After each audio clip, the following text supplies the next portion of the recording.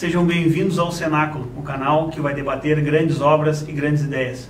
Todos os sábados estamos ao ar com algum programa sobre algum livro da literatura ou das humanidades em geral, ou algum programa sobre cinema. Hoje, especificamente, estamos iniciando o nosso programa de número 19, falando sobre o livro Meridiano de Sangue, de Cormac McCarthy. Esse livro, também está iniciando numa nova fase do nosso podcast e do nosso programa do YouTube. Hoje, como vocês podem ver, é o nosso primeiro programa filmado, eu e Guilherme. Então, para quem não nos conhecia, pelo menos a nossa imagem, estamos aqui então fazendo esse programa a partir da nossa parceria, que começa agora com o Instituto Hugo de São Vítor. Vocês podem acessar o site deles, tem muitos cursos interessantíssimos de linguagens, de cultura em geral, além de venda de livros, onde você pode adquirir uma enorme cultura ali com os produtos do Instituto. Hoje, então, o Cenáculo começa esse novo programa falando sobre um livro da literatura, que nós já havíamos antecipado no programa sobre o Francis Ford Coppola, sobre o Poderoso Chefão, e vamos tratar, então, de um dos principais romances das últimas décadas nos Estados Unidos, o livro de Cormac McCarthy, Meridiano de Sangue. Bom dia, Guilherme. Olá. Então, Guilherme, assim, o que tu conhece, que tu já leu sobre o McCarthy, para poder falar para a gente? Esse livro aqui é um livro que ele foi publicado em 1985 e ele teve uma edição no Brasil em 2008 pela Companhia das Letras e ele se esgotou muito rapidamente. E durante muito tempo esse livro foi quase que um objeto inacessível, assim, as pessoas, os poucos exemplares que tinham daquela edição de 2009 custavam fortunas na estante virtual. Quem vendeu, vendeu. Quem vendeu bem, vendeu bem. Quem vendeu, vendeu bem, exatamente. Era uma espécie rara, assim, de se conseguir. E depois de muita pressão, etc., de muito pedido dos leitores, a companhia resolveu fazer essa nova edição, que é a edição que nós temos aqui, desse livro, que é considerado pela crítica, pelo menos, como a maior obra do McCarthy. O McCarthy é um dos maiores escritores norte-americanos dessa segunda metade do século XX.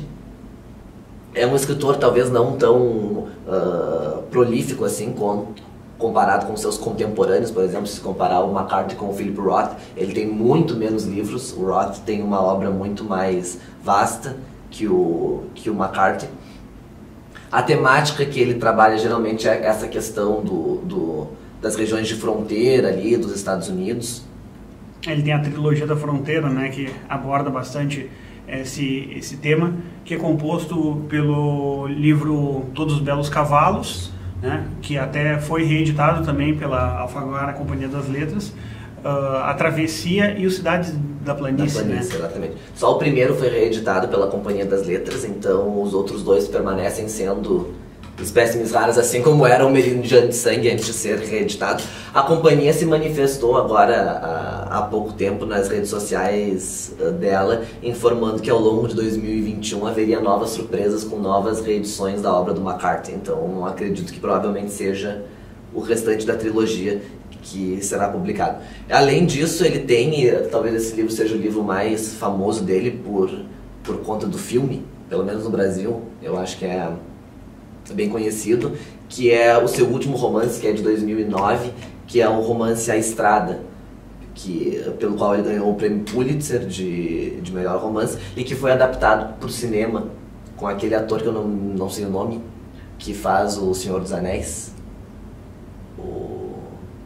Eu não sei o nome dele, eu nunca me lembro o nome dele. O que faz da Estrada, o que faz o... Ah, sim, o Viggo Mortensen. Isso, exatamente. Ele faz o personagem principal, que é um romance bem interessante, ali, um romance curto. Tu leu, né? Li.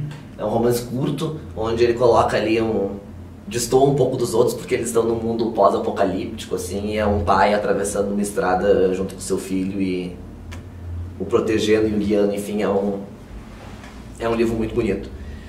E hoje nós vamos entrar, então, em Meridiano de Sangue, fazer algumas analogias, inclusive com o restante da obra dele, e mostrar como nesse livro ele se propõe, entre outras coisas, ele se propõe um pouco a desmistificar essa visão romântica que se tem da tomada do Oeste pelos norte-americanos. Ele vai mostrar aqui que aquilo ali não foi uma coisa só, que houve muita violência, muitas atrocidades cometidas nesse processo. Me parece assim que durante grande parte do século XX, a história da conquista do Oeste norte-americana, a busca do ouro, foi bastante romantizada, e isso foi... E isso, em grande parte, se deve ao cinema norte-americano, que tomou a figura do cowboy, do explorador do Oeste como uma espécie mítica, romântica, né? E o romantismo, ele sempre traz essas raízes com uma idealização do passado, né?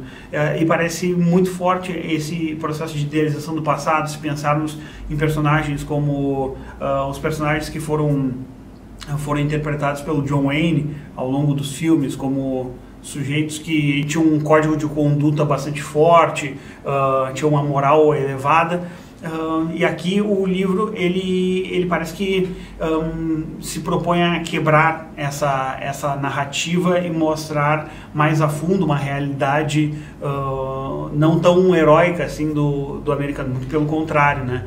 Mas o que me parece bastante interessante no livro é que ele não se dá maniqueísmos, né? Ele mostra que essa violência é uma violência endêmica, que ocorria tanto com mexicanos como americanos faziam isso, indígenas e homens brancos, todos eles, parecia uma luta de todos contra todos nesse terreno selvagem, e a selvageria do terreno me parece assim ser um dos principais motes para que os homens interiorizassem isso, numa analogia assim que a gente poderia fazer, por exemplo, com os sertões, onde a gente percebe que a natureza do lugar de certa forma induz, faz com que os homens se apossem dessa violência. Também a gente pode ver isso nessas regiões de fronteiras. A gente vai ver que grande parte da história se passa no deserto de Sonora, né? Ou seja, num lugar extremamente árido, onde às vezes encontrar água, encontrar alimentação e até um pouco de civilidade era algo bastante raro de acontecer. E uma coisa que é interessante, antes da gente entrar no livro, isso que o Miguel comentou a respeito da romantização desse Velho Oeste, é engraçado pelo seguinte, né? Nos primeiros filmes westerns, isso era bem presente. E depois de um tempo, acho que dos anos 70, final dos anos 60 adiante, essa visão começou a ser um pouco modificada no próprio cinema. Quer dizer, começaram a ter alguns filmes, o próprio filme que nós vamos comentar na semana que vem, Meu ódio será sua herança, desmistifica um pouco isso. Até alguns próprios filmes, como Os Imperdoáveis, do Clint Eastwood. E os próprios westerns do Clint Eastwood, do Leone, da trilogia dos dólares, etc., já não tem mais esse mito de que todos eles eram heróicos. Não, ele mostra todas aquelas pessoas como humanos, etc., mas tudo isso já no final da década de 60. Mas na literatura, até onde eu conheço, eu não sou um especialista em literatura de Velho Oeste, mas até onde eu conheço, boa parte da literatura, especialmente do século XIX, ela tinha um pouco essa visão romântica que foi abraçada nessa primeira fase do cinema. O Último dos Moicanos é bastante romantizado, assim, a visão que se tem daquilo. Os livros do Karl May... Em grande parte porque o autor mesmo fazia parte do romantismo norte-americano, né? Ou seja, ele traz esse mito fundador, a história de Pocahontas, né? Todas elas são histórias que vão trazendo essa ideia romantizada do passado americano e das raízes, principalmente indígenas, né? E o próprio Karl May, com os livros do Winnetou, etc., aquelas trilogias, elas também têm uma visão bem romantizada. Então, o McCarthy, nesse sentido, digamos que na literatura ele está se opondo a essa visão que se tinha estabelecido desde então. Então, vamos fazer faz um resuminho aí para nós. Bom, o resumo da história, ela me parece... O livro, ele em grande parte se passa, 90% do livro a gente pode dizer que são ações, e são ações de brutalidade. Então a gente vai encontrar esse personagem principal, chamado Kid, ou seja, um garoto, ele não tem nome durante a história toda, E esse sujeito depois sai de casa com 14 anos de idade. A mãe havia falecido no seu parto e o pai era um alcoólatra, então sai para ganhar a vida e ganha a vida de uma forma errante pelos rincões. Ele começa no Tennessee, depois ele vai para Louisiana, passa pelo Texas e vai arranjando briga em qualquer um desses lugares que ele vai se hospedando, até que ele se junta a uma tropa paramilitar que tem como objetivo essa caça aos índios, mas essa tropa ela é dizimada numa das suas primeiras expedições e ele é um dos poucos sobreviventes, né? Acaba encontrando o seu grande parceiro de narrativa, que é Toadvine, que é um dos personagens que também são mais recorrentes na história. E ambos acabam parando na prisão no México, e lá eles são cooptados por um sujeito que ele já havia visto no seu passado, numa das suas passagens, que vai ser esse que talvez seja o personagem mais cativante da história, que é o Juiz Holden, né? Esse sujeito que é chamado de juiz, mas a gente não sabe direito ao longo da história que tipo de carreira fez com que ele fosse assim chamado, ou ser chamado assim por uma questão apenas de respeito, de sabedoria, mas a gente vê que o Juiz Holden é o mentor dessas caçadas que vai ocorrer com o bando Glanton. Apesar de não ser o chefe do bando Glanton, que o chefe do bando Glanton era obviamente o Glanton, e um parêntese nisso é que esse bando realmente existiu. Sim. Historicamente, esse bando do Glanton, não? Esse bando ele foi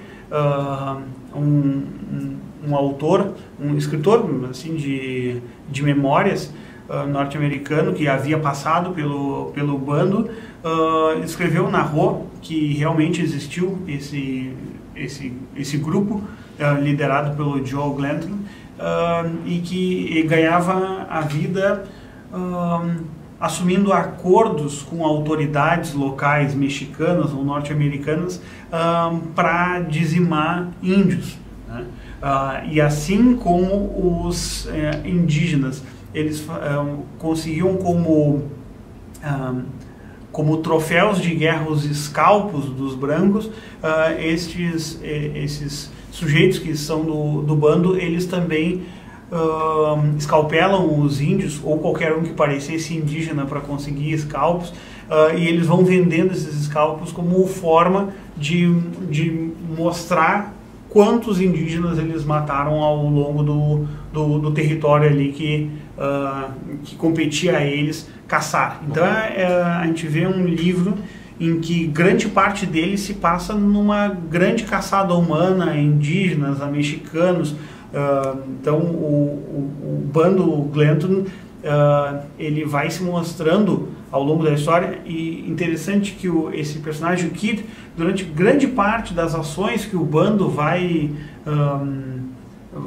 tendo, durante grande parte da história, o Kid ele não tem uma função muito específica, muito clara, e ele não é um sujeito que se destaca dentro do grupo, né? Ele vai vivendo ali e lutando, combatendo, conforme o grupo vai seguindo. Então a gente vê um destaque maior a figura do Juiz Holden em grande parte da história, mas mais para o final da história, quando começa a haver o desmembramento do grupo dos Glanton e eles começam a ser perseguidos, então se volta contra eles toda essa violência, a gente percebe que houve uma mudança de perspectiva, né, na visão de mundo do Kid, né? Que inicialmente parece um personagem que vai assumindo passivamente todos aqueles valores, aquela falta de valores do bando, e aos poucos ele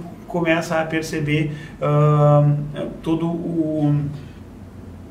a máquina de violência, né, que aquilo ali carrega, e o quanto que aquilo ali é nocivo, e começa a ter uma visão de confronto contra o juiz Holden. Até que então, nos capítulos finais, a gente percebe realmente um antagonismo desse personagem, o Kid, com o juiz Holden até o seu desfecho, né? Até o final aqui da história, que é justamente nesse encontro final deles, que ocorre 35 anos depois. 35 anos depois. Isso aí. E aí, nesse encontro final, vamos ter que dar um spoiler, porque senão não vai dar pra... Senão não vai dar pra comentar, então tem que fazer o spoiler. Então, depois dessa... spoiler, primeiro ponto. Então, depois de tudo isso, o resumo do livro pode ser feito da seguinte forma: são caçadas e caçadas e caçadas, e mortes e mortes e mortes e mortes, incessantes, com muito sangue a todo momento. A primeira morte acontece já na segunda página do livro, então é bastante violento, e as descrições são bastante contundentes, assim, bem fortes. E depois disso tudo, dessa passagem de tempo aí que se dá entre eles caçando índios, às vezes traindo as pessoas que os contrataram e matando aquelas próprias pessoas, etc, etc, etc, eles vão, e no final, como o Miguel comentou, passa a haver o esfacelamento daquele grupo, há um desmembramento daquele grupo original, e eles começam uma espécie de fragilidade daquilo. Todos eles se separam, não tem mais ninguém, e anos depois, então, quando o Kid, que é o personagem principal, já é um vaqueiro, 35 anos depois, ele volta a encontrar o juiz Holden, eles têm uma discussão numa espécie de salão, assim, eu lendo aquilo imaginava muito dançarinas de cancan, assim, um negócio bem estereotipado do século XIX. E inegavelmente a gente acaba fazendo, pelo menos comigo, lendo a história, a gente acaba reformulando na imaginação, conforme vai lendo a história, a gente não consegue escapar da imagem do cinema norte-americano para refazer a história em si, né? Mas essa parte final, esse capítulo final, tem coisas muito curiosas, né? Por exemplo, aquele urso que dança. Aquilo ali é uma coisa muito curiosa, né? Uma coisa bem circense, assim, daquilo de animais ali fazendo espetáculos públicos de divertimento. E então, depois de travarem um diálogo, o Kid e o Holden, o Kid acaba sendo morto pelo Holden numa cena muito interessante. A forma de construção da cena pelo McCarthy é muito interessante. Dentro de uma latrina, né? Seja um toalete, um banheiro público, assim. Público ali, exato. O Kid entra. É aquela latrina que fica, parece que afastada, assim, em locais mais antigos. Havia o salão e depois tu ia pro fundo, assim, uma espécie de pátio.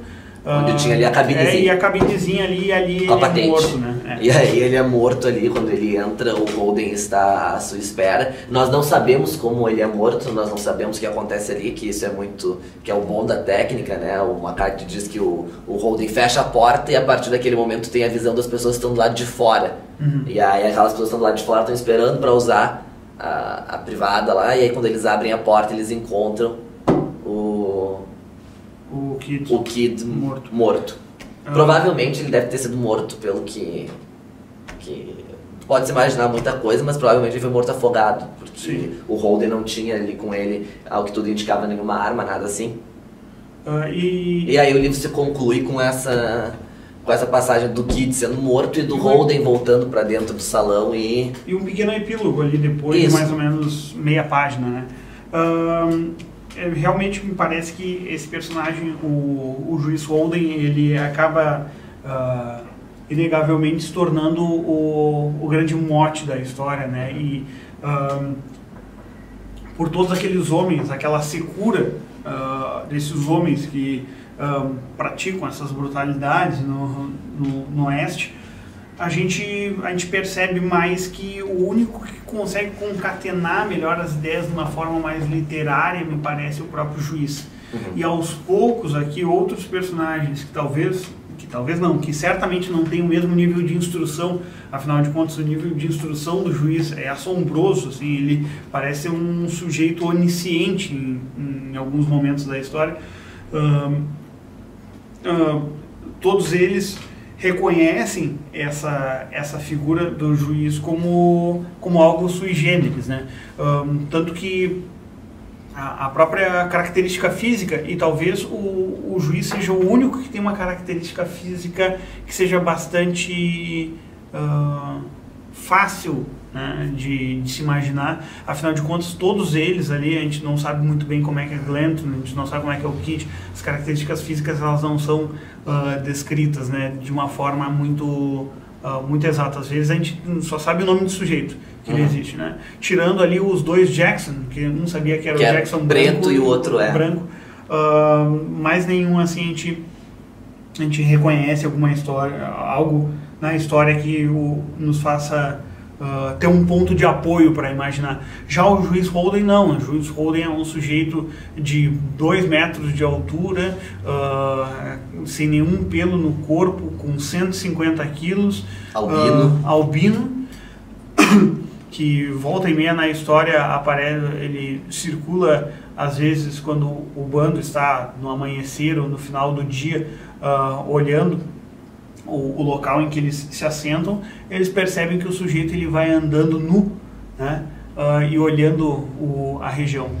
Mas o que é interessante, claro, o McCarthy faz isso de propósito, obviamente, porque ele não é essa tentativa de criar esse personagem com esse fascínio para o público não é gratuito, né? Assim como, por exemplo, no Paraíso Perdido, o próprio diabo se torna uma figura cativante para quem lê o poema. Aqui ele faz isso propositalmente. E o que é engraçado, justamente nisso que o Miguel estava comentando, não é só a força da linguagem do juiz que destoa profundamente da linguagem dos demais personagens. Quando ele fala com uma eloquência e de uma forma muito poética as suas frases, ainda que muitas vezes aquelas frases, quando tu examina, elas sejam frases assim sofistas ou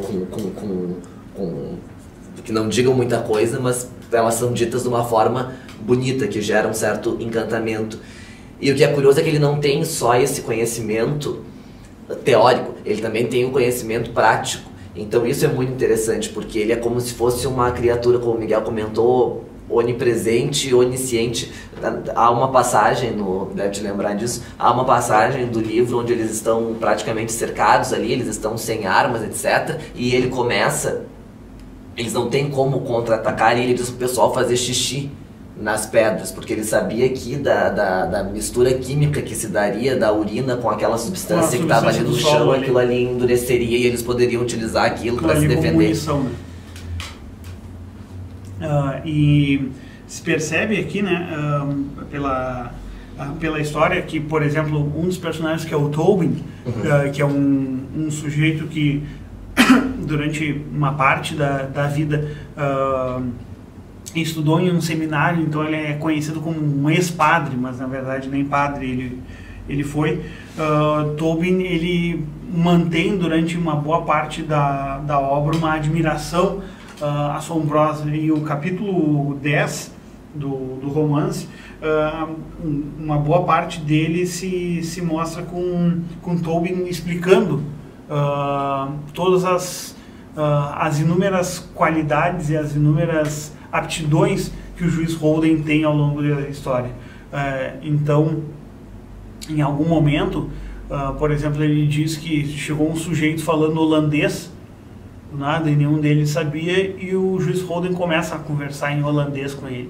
E quando as pessoas perguntam, então, mas de onde é que tu aprendeu holandês? Ele diz, um holandês que eu conheci. Então, isso acaba se tornando um exemplo. Ele diz, o sujeito com 2 metros de altura, 150 quilos, e é um grande dançarino.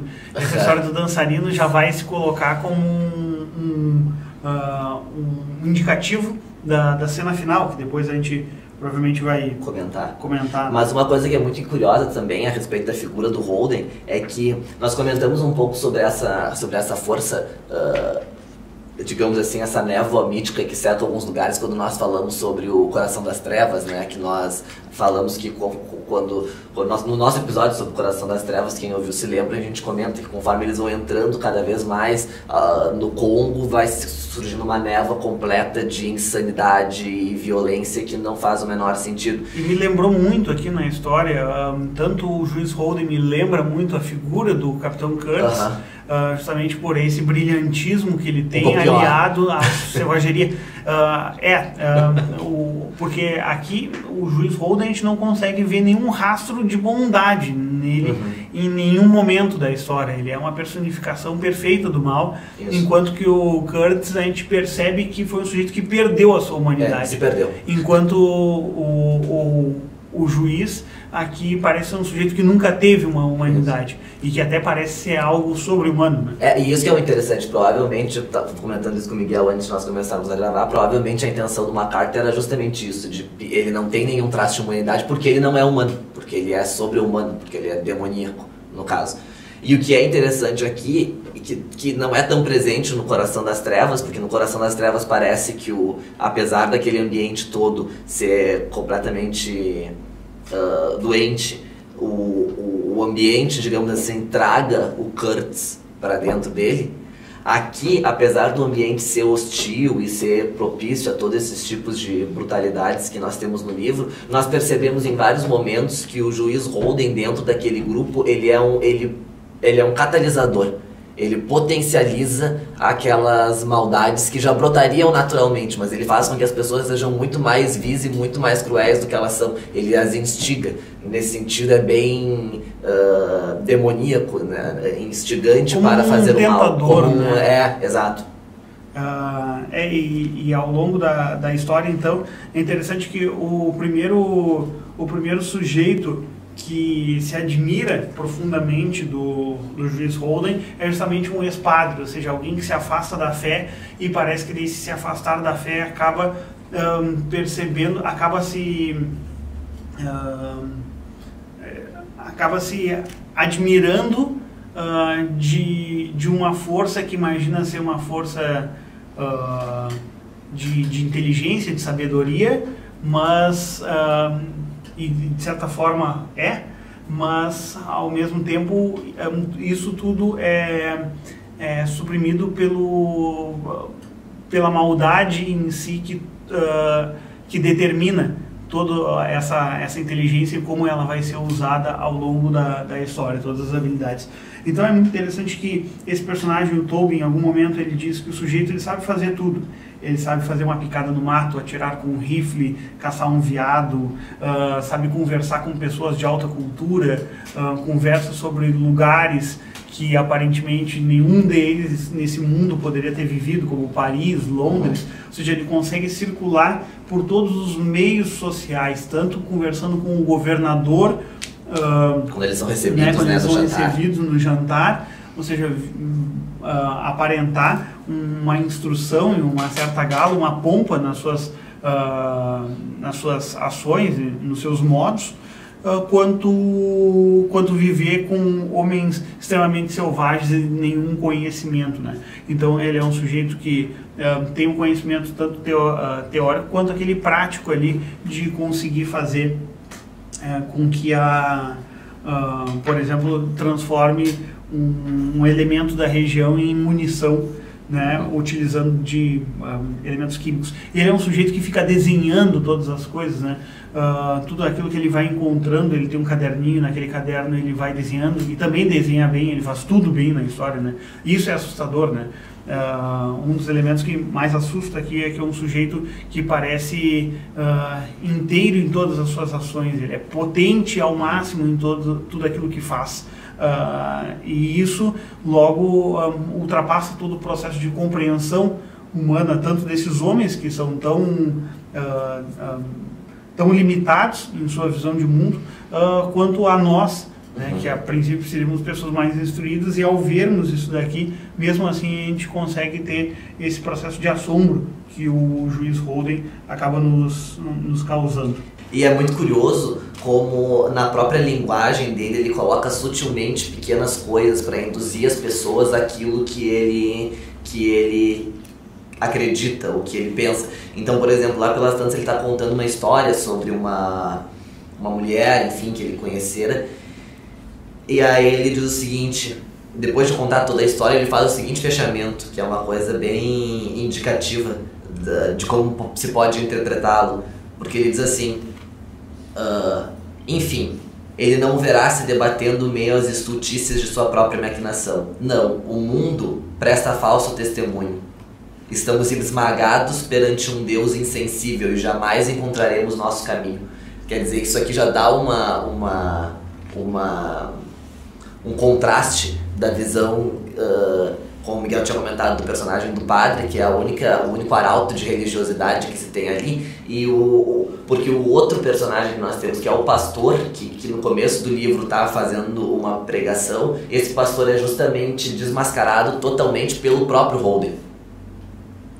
E aqui nós temos de novo é constante nas falas dele essa tentativa de apresentar um mundo um tanto quanto nihilista. Ele nunca nega a existência de um Deus, mas ele sempre diz que aquele Deus é completamente indiferente ao que acontece ali, como se naquele ambiente eles tivessem outras regras que não se submetessem a uma justiça divina. E a tentativa que ele tem é dele próprio ser o Deus daquele lugar.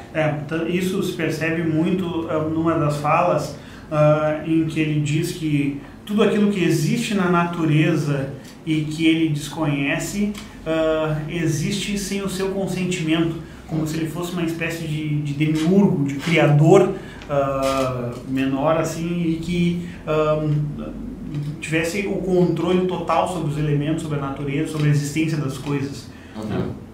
Então a gente vai percebendo, né, que o juiz ele se torna uma figura ao mesmo tempo assombrosa e cativante, né, como a gente tinha comentado. E em nenhum momento a gente não consegue encontrar nele nenhum resquício de bondade ou de humanidade. E um dos exemplos que a gente tem melhor na história é um momento em que uma das crianças que estão num pueblo ali, tem uma cadela acaba tendo seus filhotes, e essa criança, para conseguir algum dinheiro, resolve vender os filhotes, né? E nenhum deles acaba querendo, e o juiz Holden dá uma moeda de ouro, um valor que daria para comprar um canil inteiro, ele diz. Exato. Então ele compra esses 2 filhotes simplesmente pelo prazer de pegar esses animais e jogá-los de cima de uma ponte e ver os animais se afogarem. E é engraçado que sempre nesses momentos de crueldade absurda, sempre há alguém do bando observando isso, e nesse momento essas pessoas sempre se questionam, né? Do tipo, por que ele está fazendo isso? Simplesmente nessa cena justamente tem. Sim. Que o cara olha e diz, mas por que ele está fazendo isso? E um deles acaba atirando, né, nos cães para poupar o sofrimento deles. Poupar o sofrimento. E sobre essa questão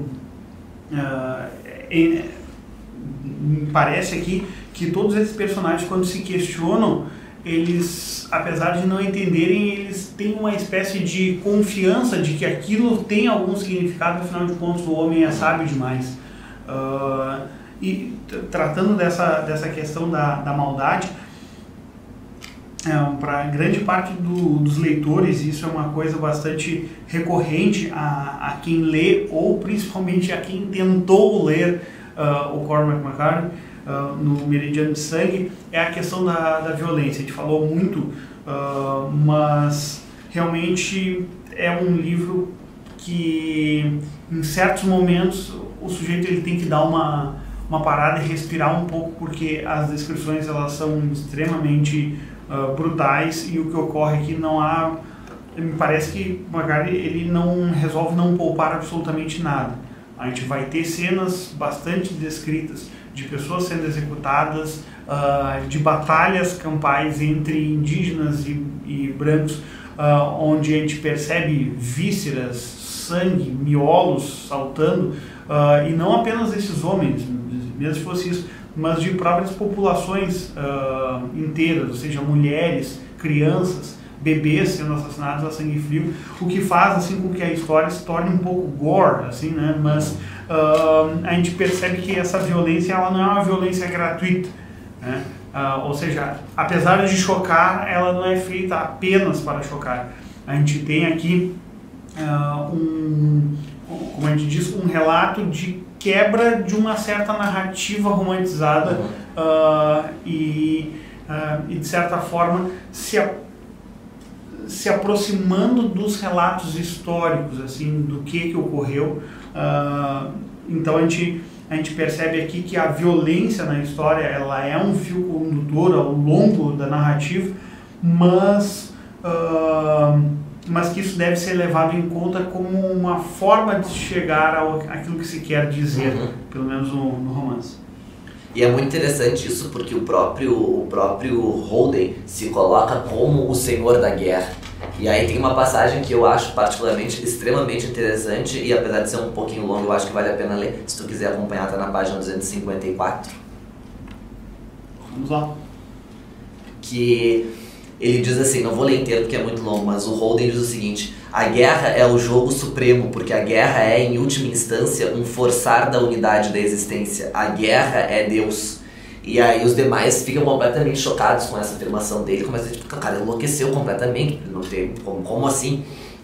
E aí o Holden responde a isso, e aqui tem uma boa visão dele enquanto personagem, por conta do que ele acredita, e de como era forjada, digamos assim, a moral daquele ambiente. Porque ele diz assim, o Holden respondendo a essas acusações de que ele estaria completamente louco, ele diz o seguinte: a lei moral é uma invenção da humanidade para destituir de seus direitos os fortes em favor dos fracos. A lei da história subverte a cada avanço. Um ponto de vista moral jamais pode se provar justo ou injusto por nenhum teste último. Ao tombar morto em duelo, um homem não é visto como tendo demonstrado o erro de seus pontos de vista. Seu próprio envolvimento em tal prova fornece a evidência de um ponto de vista novo e mais amplo.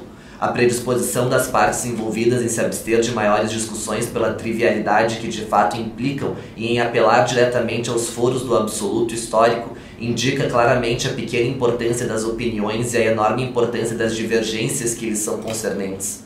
Pois a discussão é de fato trivial, mas não são as vontades isoladas por cujo intermédio tornam-se manifestas. A vaidade do homem pode muito bem se acercar do infinito em capacidade, mas seu conhecimento permanece imperfeito, e por mais que venha a valorizar seus juízos no fim de tudo, ele deve submetê-los a uma instância superior. Aqui não cabe qualquer recurso excepcional. Aqui, considerações de equidade, retidão e direito moral são tornadas nulas e inafiançáveis, e aqui os pontos de vista dos litigantes são desprezados. Decisões de vida e morte, do que deve existir e do que não deve existir, transcendem toda a questão da justiça. Às escolhas dessa magnitude, toda escolha menor se subordina, moral, espiritual ou natural. É uma excelente síntese de como ele enxerga a vida e de que forma ele tenta induzir as pessoas daquele bando a enxergar a vida. Quer dizer, tudo que nós fazemos aqui independe de qualquer visão moral. Matar um sujeito não exige uma decisão de que aquilo é certo ou é errado. É o que precisa ser feito. Nós estamos aqui para fazer aquilo que precisa ser feito. Se aproxima bastante da própria filosofia do capitão, do Sr. Kurtz, né? Sim. E aqui me parece que existe nesse louvor à guerra que ele vai fazendo uma espécie de deturpação da ideia do Deus do Antigo Testamento como o Senhor dos Exércitos. Ele vai se mostrando como um grande senhor da guerra, esse warlord, assim, como um sujeito, não com um plano divino, mas com um plano demoníaco. Né? Mas com um plano da violência em si e da falta de moralidade sobre qualquer um dos atos. E sim, esse desejo de potência como um meio e um fim a se conseguir. E lendo aqui essa parte, me parece muito claro que McCarthy foi muito engenhoso ao produzir esse personagem e dar a esse personagem uma grande instrução, né? Porque nesse cenário e com esses homens, né, ele não conseguiria alcançar um nível de profundidade de linguagem e tornar algo tão significativo, fazer reflexões. Se não houvesse o personagem Holden, o livro não seria absolutamente nada. Exato. Porque todos os personagens eles não conseguem alcançar uma comunicação efetiva e profunda para que se compreenda algo maior. E aí isso é interessante, e aí é mérito. E daí, isso daqui me parece que o fato dele ter essa instrução quase demoníaca faz com que ele resolva um problema que às vezes alguns autores caem, que é o sujeito de conseguir colocar uma linguagem bastante trabalhada. A gente vê que o livro ele tem, tanto, apesar sendo narrado em terceira pessoa, a gente percebe que em grande parte ele tem um lirismo muito forte, mas nos momentos de diálogo aqui, principalmente do Holden, a gente percebe também um lirismo nesse diálogo dele.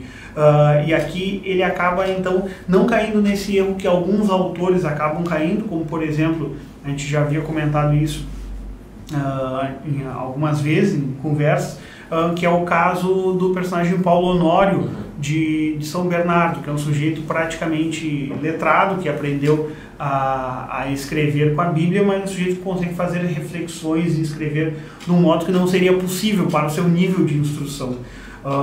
E nenhum desses outros personagens aqui da história conseguiria se aprofundar dessa forma, do modo como o Juiz consegue. Mas o Juiz, por ser esse personagem que transcende a isso, ele consegue fazer isso muito bem, né? E tanto é que o cuidado do McCarthy com isso é tão profundo que as descrições que as passagens belas, esteticamente bem construídas em termos de linguagem, fora dos diálogos, de um modo geral, são passagens sobre a paisagem ou sobre a guerra. Não são imagens formuladas em cima de pensamentos ou reflexões, etc. Não, são só...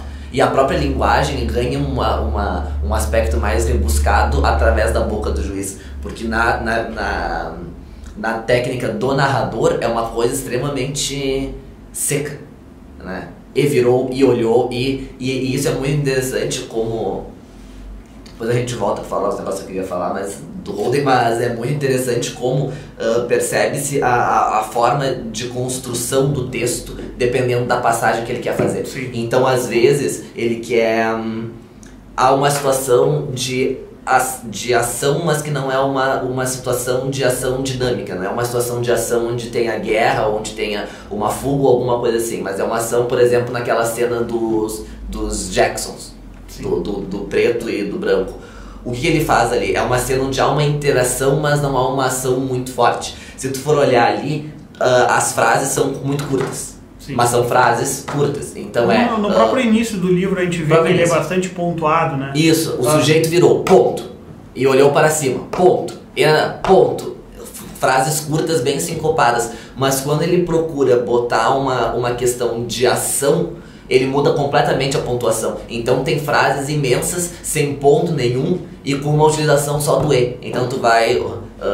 e mesmo sem vírgulas. E mesmo sem vírgulas, exato. Tem frases imensas sem vírgula nenhuma, porque é justamente a tentativa de dar essa leitura mais dinâmica dentro do texto, né? Então o índio veio, o E virou, o E acertou o Kid com uma flecha, E. E aí a gente percebe que até por essa linguagem e por essa aceleração na própria estrutura, a gente percebe que no próprio ler a gente vai acelerando. Normalmente ele te induz a acelerar também a leitura, para dar uma dinamicidade em todas aquelas ações que tu dá ritmo à tua leitura e ao texto e às ações que a gente vai imaginando, e a gente percebe que esse recurso é um recurso que caberia muito bem no próprio cinema. Isso. Né? É uma linguagem bastante cinematográfica que ele vai se utilizando para poder fazer isso. É surpreendente que esse livro aqui, 2 vezes, ele já teve pré-produção, assim, se eu não me engano, até os irmãos Coen já tinham pensado em gravar Meridiano de Sangue, mas pararam na pré-produção e não tocaram adiante o projeto. E a gente percebe que é uma história muito cinematográfica, que daria um filme feito conforme, assim, seguindo e respeitando as diferenças de linguagem cinematográfica e literária, mas mantendo o padrão da história e a história em si. Seria um filme extremamente chocante, mas ao mesmo tempo bastante apelativo no sentido comercial, no sentido bom da coisa, e tanto comercial. Então e o McCarthy ganharia muito dinheiro, inclusive. Como ganhou quando saiu a adaptação de Onde os Fracos Não Têm Vez. Onde os Fracos Não Têm Vez é um exemplo onde a violência ali vai aparecer, mas de uma forma um tanto quanto melancólica, porque a gente vê a história passando como uma espécie de mundo que se perdeu, o mundo antigo, né, da fronteira se perdeu e vem novos tempos e trazem uma nova forma de violência. E aqui a gente vai percebendo essa violência do Velho Oeste mesmo, que é tão arraigada, né, o tema do Velho Oeste na cultura norte-americana.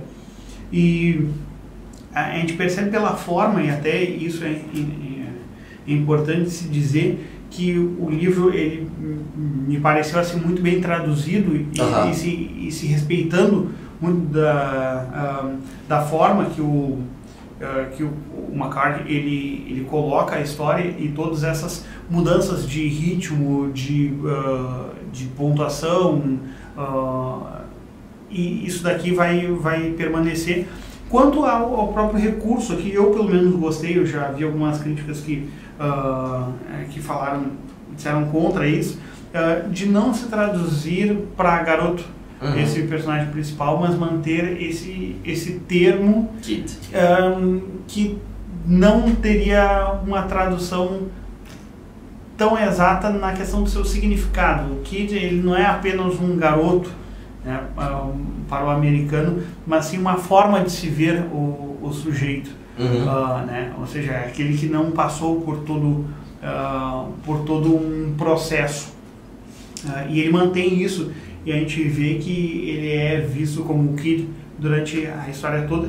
Apenas no final ali, quando ele já está com 45 anos, se eu não me engano, isso, né? No seu final a gente percebe que ele 40, não é mais... Não, 50, né? 15 mais 35... 50, porque ele tinha 15 quando começou. 14, então ele 49. Ficou durante 14 anos daí, depois no bando, se eu não me engano. Isso, mas acontece que a data do final dá fechadinho 35 anos com a data do começo. Então se ele tinha 14 mais 35 dá 49. Na página 36 ele comenta, né, que se passaram 14 anos. Então eu acredito que esses 14 anos tenham sido depois que ele sai do bando, e daí ele chega a essa idade, porque o final da história se passa em 1878. Acho que é. Se não me engano. E a gente vai ver que o início da história ele é na década de 1840, né? Isso. Final da década de 1840. E outra coisa aqui que me parece importante quando a gente fala sobre esse aspecto demoníaco do personagem Holden é associá-lo a outros personagens demoníacos, né, da literatura com quem ele consegue fazer eco, né?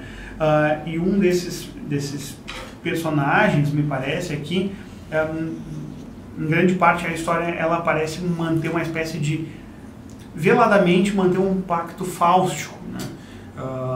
Não especificamente ao Fausto goetheano, mas mais relacionado a um Fausto manniano, né? Lá no Thomas Mann, no livro Doutor Fausto, por exemplo, a gente vê que o personagem principal, um compositor, o Adrian Leverkühn, ele faz um pacto para que tenha uma carreira de produção artística, criativa. Durante 24 anos ele produz obras brilhantes, musicais, e ao fim desse período ele acaba sendo cobrado então pelo diabo por essa venda da sua alma. E essa venda da alma ela vai se dar por meio da gonorreia, que ele acaba adquirindo numa prostituta na Hungria. E aqui na história a gente percebe ao final da história, de uma forma bastante sutil, na página 355 dessa tua... não, 355 não. Nem tem 355. Na página 323 da história, em que eles estão num salão, e o sujeito fala sobre a cidade de Griffin, e ele diz que a cidade tem muita prostituta, daí ele diz, dizem que a pessoa pega gonorreia um dia de cavalo se o vento soprar de jeito, de tanta gonorreia que tem nesse local. Então se percebe aqui que há teorias, eu não sei se essas teorias elas se fundamentam, mas há teorias de que a gonorreia ela foi uma doença que se iniciou com os índios e se passou da América para os brancos e daí se espalhou na Europa, né? Outras teorias já dizem o contrário, mas a gente vê aqui como esse outro elemento de corrupção em alguns momentos da história. Eles vão até um pueblo e eles percebem que as índias que estão no lugar, elas trazem a marca da gonorreia.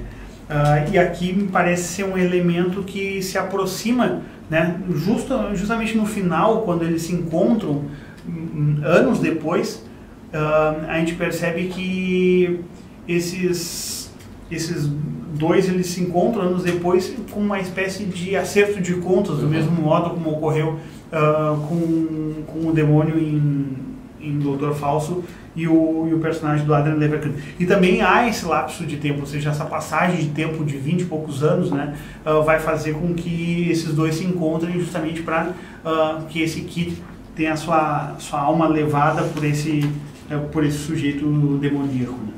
E o que é muito curioso é que na passagem anterior, quando o grupo já está completamente se desfazendo, o Kid acaba ficando muito próximo do ex-padre, e o ex-padre tem uma espécie de surto psicótico, assim, digamos, e ele começa a rogar ao Kid que mate o juiz, e diz a ele várias vezes: mate-o, porque se isso não for feito, ele vai te matar em algum momento. Então, e o padre esse ex-padre era muito encantado com a figura do juiz Holden, mas parece que naquele momento é como se caíssem escamas dos olhos dele e ele conseguisse ver que por trás da névoa aquele sujeito era um sujeito demoníaco, e aí ele roga ao Kid que o execute, e o Kid acaba não fazendo isso e perdendo essa oportunidade que logo em seguida não, mas alguns anos depois, e no livro logo em seguida, será o seu trágico fim, quer dizer, pelas mãos daquele que ele deixou de matar. E outro momento, se não me engano, é quando o Kid ele se encontra na prisão, ele é preso em San Diego, e daí tem um momento que ele está na prisão e o juiz aparece lá na prisão e conversa com ele. E ajuda ele a sair da prisão, né? Onde os dois conversam e essa relação entre eles lembra o próprio diálogo que há lá no Evangelho entre Jesus Cristo e o diabo e a sua tentação no deserto. E aqui o deserto mais uma vez vai aparecer como uma imagem, ou seja, o sertão, o deserto, né? Traz essa ideia do me parece bastante recorrente em inúmeras culturas. A gente tem aqui com o Grande Sertão Veredas, a gente vai ter com Sertões e a imagem do Antônio Conselheiro, e lá no Meridiano de Sangue esse diabo no meio da rua, no meio do redemoinho, que acontece no Grande Sertão. No Grande Sertão, quando o Kid ele se encontra com o juiz diz para ele: você se ofereceu para tomar parte numa obra, mas serviu de testemunha contra si mesmo. Levou a julgamento seus próprios atos, pôs as próprias suposições na frente dos julgamentos da história e rompeu com o corpo com o qual se comprometera a tomar parte. Envenenou esse corpo em toda a sua empresa. Lá no deserto foi a você que falei, a você e a mais ninguém, e você me fez ouvidos moucos. Se a guerra não é sagrada, o homem nada é além de barro burlesco. Até mesmo o cretino do padre agiu de boa fé segundo seu papel, pois de nenhum homem se exigiu dar mais do que possuía, nem tampouco era o quinhão de nenhum homem comparável ao do outro.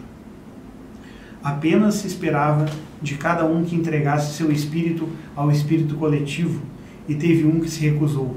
Sabe dizer quem foi? Foi você, sussurrou o Kid. Quem recusou foi você. O juiz o observou através das barras, abanou a cabeça. O que une os homens, disse, não é a partilha do pão, mas a partilha dos inimigos. Mas se eu fosse seu inimigo, com quem você teria me partilhado? Com quem? O padre? Onde ele está agora? Olha aqui. Nossas animosidades estavam formadas e a nossa espera até mesmo antes da gente se conhecer. Contudo, mesmo assim você podia ter mudado tudo. Você, disse o Kit, foi você. Eu nunca, disse o juiz. Escuta, acha que Glanton era bobo? Não sabe que ele ia acabar matando você? Então aqui nesse diálogo a gente percebe esse exame de consciência que o próprio juiz ele acaba fazendo com o Kid quando ele aceita fazer parte do bando. E é interessante como praticamente tudo aquilo que o juiz fala de julgamento das demais pessoas na história é algo que está correto. Ele faz sempre uma leitura muito correta, porque ele tem um entendimento superior sobre as coisas. Então, nesse personagem aqui, a gente vai ver essa figura como uma espécie de tentador, eu acredito aqui, ao longo de toda a história de Meridiano de Sangue. Então, para concluir assim e pegar alguma interpretação chave, o livro é de 1985. Então, a fortuna crítica dele, desses grandes críticos, é muito reduzida, porque já não se tinha mais em 1985 um número tão grande de críticos excepcionais a ponto de fazer interpretações excepcionais da obra dele. Mas há um ensaio do Harold Bloom no Como e Por que Ler, que é sobre o Meridiano de Sangue. E ali ele faz alguns comentários curiosos. Ele faz muitas analogias à figura do juiz Holden como o Iago de Otelo, como a própria personificação do mal. Ele comenta a influência. Ele não explica muito bem isso e talvez tu veja, eu não vejo, a exceção de onde geograficamente se passa a história, muita influência de Faulkner aqui, a exceção de se tratar do sul dos Estados Unidos.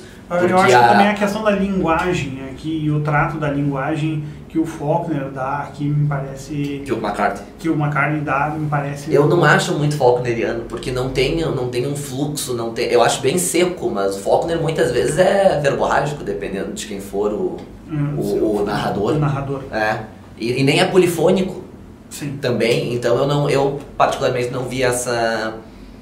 Não senti lendo, exceto pela posição geográfica, essa influência isso grande daí do Faulkner. Eu acredito que varia um pouco de qual narrativa do Faulkner. Por exemplo, em Luz em Agosto e Palmeiras Selvagens, a gente não tem muito dessa polifonia aparecendo, que acabou se tornando assim uma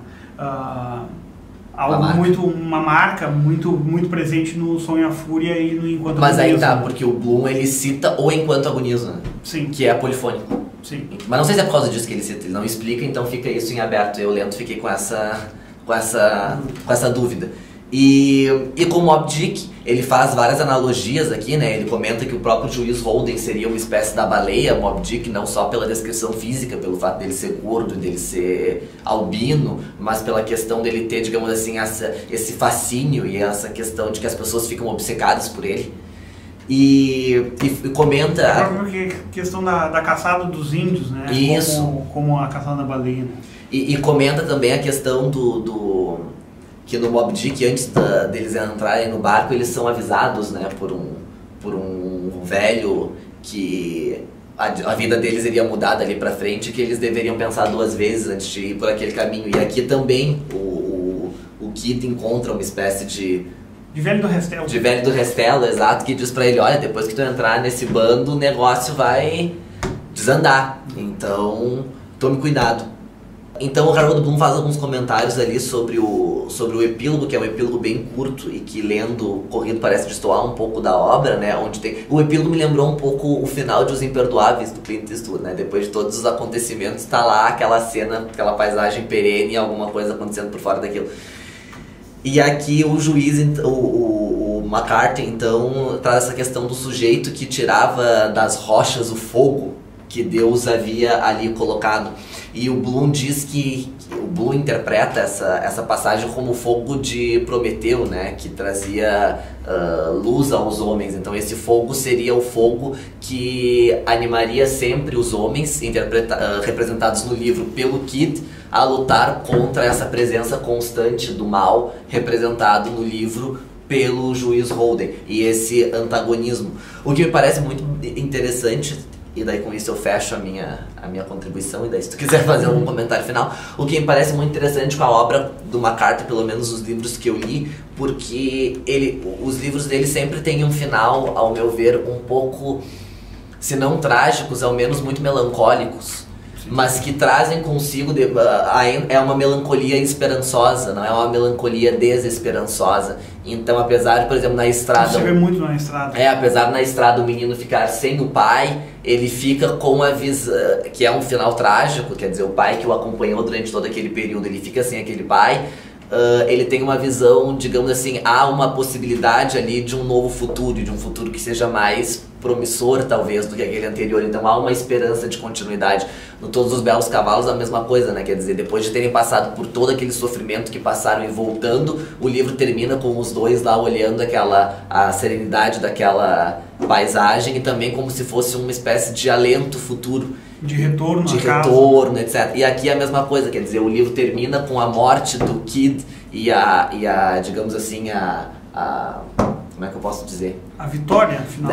Mas não só uma vitória, mas uma espécie de celebração. Sim. Por parte do juiz Holden, de tudo aquilo, mas no entanto no epígrafo ele nos traz uma espécie de alento do tipo, sempre surgirão novos Kids que poderão lutar contra essa figura do Holden.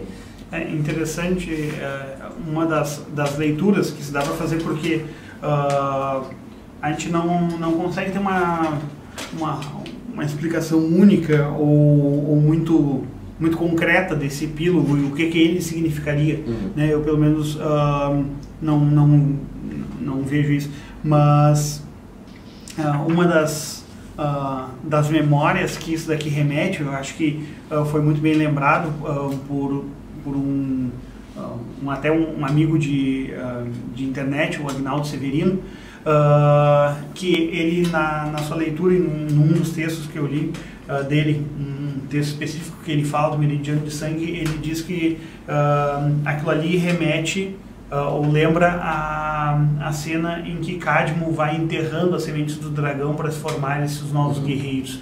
Ou seja, parece que Kid é um guerreiro e que ali, aos poucos, né, está se semeando naquela terra novamente, ou seja, novas gerações de guerreiros virão para combater esse mal que permanece vivo e que não morre nunca. Que não morrerá nunca. Porque é justamente essa a cena final e a frase final em que, de celebração que o juiz Holden fala, ou seja, eu não vou morrer nunca. Eu não vou morrer nunca. Ele não dorme nunca, e não dormir é não morrer, né?